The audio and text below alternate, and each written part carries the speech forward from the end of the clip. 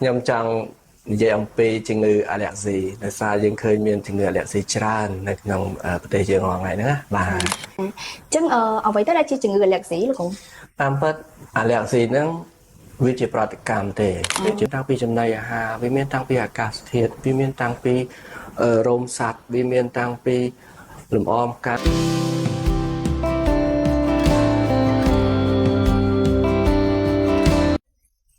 ជំរាបសួរស្វាគមន៍មកកាន់កម្មវិធីយល់ពីសុខភាពថ្ងៃនេះដែរនាងខ្ញុំកំពុងតែមានវត្តមាននៅក្នុងមន្ទីរសម្រាប់ព្យាបាលលុចដែលមានទីតាំងស្ថិតនៅផ្ទះលេខ48មហាវិថីព្រះនរោត្តមជាប់នឹងស្តុបរោងកុនលុចស្ថិតនៅក្នុងសង្កាត់ជ័យជំនះខណ្ឌដូនពេញរាជធានីភ្នំពេញចាហើយយើងមានការអញ្ជើញចូលរួមពីវត្តមានដ៏ខ្ពង់ខ្ពស់របស់លោកសាស្ត្រាចារ្យវិជ្ជបណ្ឌិតមួយរូបដែលមានជំនាញផ្នែកត្រចៀកចំហបំពង់កមានបទពិសោធន៍ច្រើនឆ្នាំចាអញ្ចឹងនៅពេលនេះដែរនាងខ្ញុំក៏នាំអារម្មណ៍ប្រិយមិត្តទាំងអស់និងទស្សនិកជនជួបជាមួយនឹងលោកសាស្ត្រាចារ្យវិជ្ជបណ្ឌិតទាំងអស់គ្នាចាជម្រាបសួរលោកគ្រូចាសុខសប្បាយលោកគ្រូសុខសប្បាយចាអញ្ចឹងដោយសារតាលោកគ្រូអញ្ជើញចូលក្នុងកម្មវិធីលើកដំបូងអញ្ចឹងនាងខ្ញុំសូមអញ្ជើញលោកគ្រូណែនាំខ្លួនជូនដល់ទស្សនិកជនទាំងអស់ចាសូមអញ្ជើញលោកគ្រូចាខ្ញុំបាទសាស្ត្រាចារ្យវិជ្ជបណ្ឌិតពលរដ្ឋាជំនាញផ្នែកត្រចៀកចំហបំពង់កពកសប្តាហ៍ថ្ងៃជាប្រធានប្រតិបត្តិនៃមន្ទីរសម្រាប់ព្យាបាលលុចបាទចាអរគុណច្រើនលោកគ្រូអញ្ចឹងថ្ងៃនេះលោកគ្រូមានធានបទអីដែរដើម្បីលើកមកបង្ហាញដល់ទស្សនិកជនយើងលោកគ្រូបាទថ្ងៃនេះខ្ញុំចង់និយាយអំពីជំងឺអាឡែហ្ស៊ីដោយសារយើងឃើញមានជំងឺអាឡែហ្ស៊ីច្រើននៅក្នុងប្រទេសយើងរាល់ថ្ងៃហ្នឹងណាបាទអញ្ចឹងយើងនឹងយកប្រធានបទពីអាឡែហ្ស៊ីមួយដើម្បីបកស្រាយឲ្យប្រជាជនយើងបានយល់ដឹងខ្លះពីជំងឺហ្នឹងបាទចាចាអញ្ចឹងអ្វីទៅដែលជាជំងឺអាឡែហ្ស៊ីលោកគ្រូតាមពិតអាឡែហ្ស៊ីហ្នឹងវាជាប្រតិកម្មទេវាជាប្រតិកម្មគេហៅប្រតិកម្ម immunologic ចាដែលកើតឡើងដោយសារអ្វីដែលចូលពីក្រៅចូលមកក្នុងខ្លួនយើងធ្វើឲ្យមានប្រតិកម្មហ្នឹងឡើងហើយនៅពេលដែលមានប្រតិកម្មហ្នឹងវាចាប់ផ្ដើមឲ្យយើងមានបញ្ហាកើតឡើងដូចជាលំមាស់ចាលំមាស់នៅច្រមុះលំមាស់នៅក្អមលើច្រមុះនៅត្រចៀកលំមាស់នៅលើភ្នែកអីចឹងណាបាទបន្ទាប់មកចាប់ដើមកណ្ដាស់ចាកណ្ដាស់ហើយចាប់ដើមហូរសបោថ្លាមកហើយបន្ទាប់មកចាប់ដើមមានតឹងច្រមុះចាហើយជាទូទៅអាឡែហ្ស៊ីហ្នឹងវាមានគេចែកយ៉ាងជាពីរមួយគេហៅអាឡែហ្ស៊ីតាមរដូវកាលរដូវកាលឧទាហរណ៍ថាពេលអ្នកខ្លះទៅរដូវកាលរីកណារដូវស្លឹកឈើជ្រុះអីចឹងគាត់ចាប់ដើមអាឡែហ្ស៊ីមួយពួកអស់ហ្នឹងបានមានជាអាឡែហ្ស៊ីមកបើផុតរដូវកាលហ្នឹងក៏អត់មានទេចាតមកទៀតគេហៅមួយទៀតគេហៅថាអាឡែហ្ស៊ីប្រចាំឆ្នាំចាអាហ្នឹងគឺអាឡែហ្ស៊ីរហូតទៅមួយឆ្នាំមកបាទពីឆ្នាំទល់មួយឆ្នាំមកលោកឆ្នាំមកចាហ្នឹងគឺជាអាឡែហ្ស៊ីណាបាទចាអញ្ចឹងតើមូលហេតុអីដែរលោកគ្រូដែលបណ្ដាលឲ្យគាត់មានជំងឺអាឡែហ្ស៊ីហ្នឹងបាទមូលហេតុយើងចែកចេញជាពីរមូលហេតុទី1យើងនិយាយអំពីអ្វីដែលចូលពីក្រៅមកដែលធ្វើឲ្យគាត់ទទួលប្រតិកម្មហ្នឹងគេអាឡែហ្ស៊ីខ្ញុំឧទាហរណ៍ថាយើងដើរទៅជួបជាមួយគេមានបាញ់ទឹកអប់បែបអញ្ចឹងដោយសារគាត់ប្រតិកម្មជាមួយអប់ហ្នឹងធ្វើឲ្យគាត់មានប្រតិកម្មឡើងហ្នឹងគេហៅអាឡែហ្ស៊ីតែវាមិនមែនមានតែទឹកអប់ទេវាមានតាំងពីចំណីអាហារវាមានតាំងពីអាកាសធាតុវាមានតាំងពីរោមសត្វវាមានតាំងពីលំអមផ្កាទូលីដីអីសពបែបយ៉ាងទាំងអស់ហើយមនុស្សម្នាក់ហ្នឹងមានអាឡែហ្ស៊ីផ្សេងគ្នាចាហើយមកចំណុចទៀតហ្នឹងគឺអាឡែហ្ស៊ីតាក់ទងជាមួយដំណើរពូជចាដំណើរពូជអាចមានរហូតពី10%ឡើងដល់20%ណាឧទាហរណ៍ថាឪពុកម្ដាយយើងមានបញ្ហាអាឡែហ្ស៊ីចឹងបាទកូនអាចមានអាឡែហ្ស៊ីដែរចាដូចខ្ញុំអញ្ចឹងខ្ញុំមានអាឡែហ្ស៊ីអញ្ចឹងកូនមកបណ្ឌិតឈាមតែអាឡែហ្ស៊ីដូចគ្នាចានេះហើយដំណើរពូជចាបាទហ្នឹងហើយអរគុណលោកគ្រូចាអញ្ចឹងភាគច្រើនយើងតែងតែច្រឡំរវាងអាឡែហ្ស៊ីហើយនិងផ្ដាសាយភាគច្រើនច្រឡំគ្នាលោកគ្រូអញ្ចឹងតើលោកគ្រូអាចបញ្ជាក់បានទេថារោគសញ្ញាអាឡែហ្ស៊ីហ្នឹងរបៀបម៉េចវិញលោកគ្រូចាវាតាមពិតទៅវាបើយើងមើលមកផ្លែតវាថាច្រឡំគ្នាប៉ុន្តែយើងនិយាយដាច់ពាក្យថាផ្ដាសាយវាបង្កឡើងដោយសារវីរុសចាហើយវីរុសហ្នឹងឯងវាអាចស្ថិតនៅក្នុងខ្លួនយើងចន្លោះពី7ឬ10ថ្ងៃអញ្ចឹងបើគាត់ផ្ដាសាយថ្ងៃហ្នឹងស្អែកឡើងគាត់ផ្ដាសាយខាងស្អែកក៏ផ្ដាសាយវាមានរោគសញ្ញាផ្ដាសាយហ្នឹងតរហូតទៅដល់ថ្ងៃទី7ឬថ្ងៃទី10បានវាអស់ទៅវិញដោយសារវីរុសហ្នឹងវាទៅវិញណាបាទដល់ពេលវេលាដែលវាទៅវិញប៉ុន្តែចំណែកអាឡែហ្ស៊ីអត់ចឹងទេអាឡែហ្ស៊ីគឺថាឧទាហរណ៍យើងដើរទៅជួបមួយក្លិនលូស្រាប់ចំហាយក្លិនលូមកធ្វើឲ្យយើងកដាស់ឆាត់តែដល់ពេលយើងទៅផុតក្លិនលូហ្នឹងទៅយើងក៏បាត់ទៅវិញណាគឺជាលក្ខណៈពិសេសរបស់អាឡែហ្ស៊ីមានន័យថាអ្វីដែលចូលមកប៉ប ធ្វើឲ្យយើងមានប្រតិកម្មភ្លាមផុតអ្វីដែលបញ្ហាហ្នឹងគឺកន្លងទៅគឺយើងទៅផុតទៅលែងមានបញ្ហាអត់មានដោយផ្ដាសាយនៅជាប់រហូតរាប់ថ្ងៃអញ្ចឹងណា ចាចា គឺលក្ខណៈសម្គាល់ដាច់ពីគ្នាហ្មងណាបាទ ចាចុះលោកគ្រូអ្នកដែលធ្លាប់មានជំងឺអាឡែកស៊ីតើគាត់អាចមានផលវិបាកអីទៅថ្ងៃក្រោយណាគ្រូ ជាទូទៅវាមានបញ្ហា4 ចា សម្រាប់មនុស្សចាស់ ចា តែបញ្ហា5សម្រាប់ក្មេង ចា ខ្ញុំលើកបញ្ហាក្មេងមុនក្មេងវាថែមតែមួយទេនៅពេលដែលគាត់អាឡែកស៊ី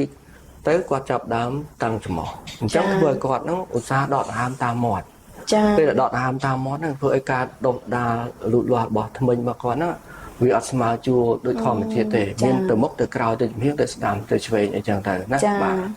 ហើយចំណែកបញ្ហា4ដូចគ្នាទៅជាមួយមនុស្សចាស់ក្មេងដែរទី1វាអាចទៅជាមាននេះអាលៀកប្រអប់ប្រអប់ sinus ណា ចាចា វាមាន sinus maxillary sinus ឬក៏ frontal មានអីហ្នឹងគឺនៅពេញមុខហ្នឹងគឺអាចមានអាលៀកណាបាទទី2វាអាចទៅជាអំបិលអំបែកទៅជាដោយសារយើងអាឡែកស៊ីយូរទៅវាធ្វើឲ្យចិត្តអារុនមួយឆ្លងពីច្រមុះហ្នឹង វាហៀទៅជាវិញលោក បាទ ចា អញ្ចឹងវាប៉ះពាល់ដល់តិចផ្នែកកណ្ដាល ចា អញ្ចឹងវាធ្វើឲ្យមានទៅជាអាលៀកតិចកណ្ដាលចុងក្រោយផុតទៅជាអំបិលអំបែក ចា ទី3ការទៅជាហឺតណាបាទទៅជាហឺតហើយទី4ហ្នឹងគឺឲ្យដោះទៅជាឬដងច្រមុះ អូ កន្លែងហ្នឹងខ្ញុំចង់បញ្ជាក់បន្តិចឬដងច្រមុះមានន័យថាម៉េចឬដងច្រមុះជាសាច់មួយដែលដុសថ្មីអត់មានពីកណ្ដាលមកទេដោយសារយើងមានអាឡែកស៊ីយូរទៅបានចេញជាឬដងច្រមុះហ្នឹងមក អូចា ចំណែកជាជនយើងច្រឡំថាតែមានអីនៅក្នុងច្រមុះឃើញធំហ្នឹងគេថាដុសសាច់ច្រមុះញ៉ែដាច់អាមួយសាច់ពីកំណើតមកតែដល់ពេលវាតូចណាដល់ពេលវាលាកវាអីទៅវារីកធំអាហ្នឹងគេហៅសាច់រីកទេប៉ុន្តែបើដុសសាច់ច្រមុះមានន័យថាឬដងច្រមុះហ្នឹងហើយចា នេះគឺលក្ខណៈ4 5យ៉ាងហ្នឹងដែលជាបញ្ហាដែលយើងអត់បានការគ្រប់គ្រងអាឡែកស៊ីបានសម្បូរវាបន្តទៅមនុស្សចាស់4ហ្នឹងហើយក្មេង5ចាបាទអរគុណលោកគ្រូច្រើនសម្រាប់ការបកស្រាយចុះលោកគ្រូតាក់ទងជាមួយការព្យាបាលវិញយើងមានវិធីអីដែរលោកគ្រូមុនព្យាបាលខ្ញុំចង់បញ្ជាក់រឿងរោគសញ្ញា clinic បន្តិចណាដើម្បីឲ្យប្រជាជនយើងយល់ដឹងថាតើពេលគាត់មានរោគសញ្ញាយ៉ាងម៉េចអាចថាជាអាឡែកស៊ីចាលោកគ្រូទីទូទៅអាឡែកស៊ីហ្នឹងវាកើតឡើងមិនថាក្មេងចាស់ទេណាគេអាចសង្កេតឃើញចាប់ពីអាយុ6ឆ្នាំឬក៏ចាស់អីក៏មានអាឡែកស៊ីដែរប៉ុន្តែអាឡែកស៊ីភាគច្រើនដែលវាច្រើនគឺ12ទៅ16ឆ្នាំចាហើយរោគសញ្ញាដែលសំខាន់ហ្នឹងគឺអាចមានទៅជាលមាស់ច្រមុះណាកណ្ដាស់ឆែតណាទៅតាមម្ដងទៅដល់ពី10ទៅ20ដងអីណាបាទមកពេលមកវត្តម្ដងចាហ្នឹងហើយតមកតឹងច្រមុះហើយហៀសបោថ្លាមកចាហើយបើយើងពិនិត្យទៅលើច្រមុះហ្នឹងពេលខ្លះយើងឃើញមានរោគសញ្ញាមួយនេះដូចថាពេលយកគាត់កណ្ដាស់យូរៗក្មេងច្រើនលើករុញដៃឡើងទៅឲ្យមានស្នាមខ្មៅមួយឆ្លងកាត់ច្រមុះស្នាមខ្មៅចាលោកគ្រូអាហ្នឹងគេមានស៊ីញមួយហៅអាឡែកស៊ីដែលជាស្នាមខ្មៅលើហ្នឹងណាចាហើយបន្តមកយើងមើលទៅលើភ្នែកឃើញភ្នែកក៏ឡើងខ្មៅអាឡែកស៊ីសាញណាបាទហើយបន្តមកទៀតបើយើងមើលទៅក្នុងក្អមឬក្នុងមាត់ក៏គឺឃើញមានgranular កើតឡើងនៅក្នុងក្អមខាងក្រៅដោយសារគាត់តឹងច្រមុះទៅគាត់ចេះតែដកដង្ហើមតាមមាត់ពេកបាទហើយបើមើលទៅពិនិត្យទៅលើកំពង់សម្លេងពេលហ្នឹងឃើញគឺគាត់ស្អកចាបែបព្រោះសម្លេងអញ្ចឹងណាបាទចាណាអាហ្នឹងកាលណាមានអស់ហ្នឹងហើយបូកថែមជាមួយនឹងរោគសញ្ញាដែលថា4មិញសំខាន់ជាងគេដែលមានវាសបោតឹងច្រមុះហើយនឹងកណ្ដាស់លមាស់ច្រមុះមាត់ភ្នែកលមាស់ក្អមហើយមាត់ត្រចៀកអីហ្នឹងអាហ្នឹងគឺជាអាឡែកស៊ីហើយបន្ថែមលើហ្នឹងទៀតដើម្បីឲ្យច្បាស់យើងអាចធ្វើការវិភាគទៅលើ paraclinic គឺយើងធ្វើតេស្តអាឡែកស៊ីតេស្តអាឡែកស៊ីការ prick test អី scratch test ឬក៏ intradermal test ហ្នឹងឬក៏មួយទៀតគេយកនេះទឹកច្រមុះគាត់ហ្នឹងដែលហូរចេញមកហ្នឹងយកទៅមើលទៅឃើញមាន eosinophil កើតឡើងឬអញ្ចឹងគេជួសឈាមគេមើល ECA ហ្នឹងក៏កើតឡើងដែរបាទឬអញ្ចឹងទេគេយកសារធាតុអីមួយដែលសង្ស័យថាអាឡែកស៊ីឧទាហរណ៍ទៅដូចប្រហុកអីហ្នឹងថាអាឡែកស៊ីដាក់បន្តិចចូលក្នុងច្រមុះគាត់ទៅដល់ពេលគាត់ប្រតិកម្មឆាត់ដាក់ឆាត់អាហ្នឹងអាឡែកស៊ីដឹងថាអាឡែកស៊ីវាក្លិនអញ្ចឹងទៅចាបាទអញ្ចឹងបកក្រោយមកវិញយើងនិយាយអំពី management ឬក៏ការគ្រប់គ្រងជាអាឡែកស៊ីហ្នឹងរឿងដែលសំខាន់បំផុតសម្រាប់អាឡែកស៊ីខ្ញុំបានចូលរួមនៅជាមួយសន្និសីទធំនៅលើពិភពលោកអត់ទាន់មានខាងណាមួយប្រទេសណាមួយដែលបញ្ជាក់ថាត្រូវជាអាឡែកស៊ីឲ្យជាដាច់ទេអញ្ចឹងបើសិនជាមានអាឡែកស៊ីកត្តាទី1ដែលសំខាន់បំផុតគឺរមូលហេតុសិនឧទាហរណ៍ថាឥឡូវយើងអាឡែកស៊ីជាមួយអីអាឡែកស៊ីជាមួយនឹងប្រហុកគ គឺកុំញ៉ាំប្រហុកអាឡែស៊ីជាមួយនឹងក្លិនទឹកអប់គឺដើរជាក្លិនទឹកអប់ណាយើងរកឃើញថាអាឡែស៊ីមួយត្រជាក់យើងត្រូវការពារត្រជាក់កុំឲ្យប៉ះត្រជាក់គឺសំខាន់ជាងគេបំផុតគឺជៀសវាងនឹងឯងជៀសវាងអ្វីដែលជាកត្តាបង្កឲ្យយើងមានផលបាក់អាឡែស៊ីហ្នឹងណាបាទកាលណាយើងជៀសវាងបានហើយស្អីក៏អត់មានកើតទៀតមកយើងទៀតដែរចាត់ទៅថាដូចជាដាច់ចឹងណាបាទអញ្ចឹងមានន័យថាយើងអាចការពារអីបានទេលោកគ្រូមានតែជៀសហ្មងមានតែជៀសណាដែលសំខាន់ជាងគេប៉ុន្តែនៅក្នុងករណីខ្លះអ្នកជំងឺគាត់អត់រមើលមូលហេតុឃើញច្បាស់លាស់បានទេដោយសារវាពិបាកព្រោះគឺថាច្រើនអីក៏លាក់ស៊ីអីក៏លាក់ស៊ីគាត់ស្មុគស្មាញចឹងយើងអាចប្រើថ្នាំជួយណាថ្នាំហ្នឹងយើងអាចប្រើពួកថ្នាំពួកអង់ស្ទីស្តាមីនិកណាឬក៏កូពីកូអ៊ីតណាវាអាចចែកចេញជាថ្នាំគ្រាប់លេប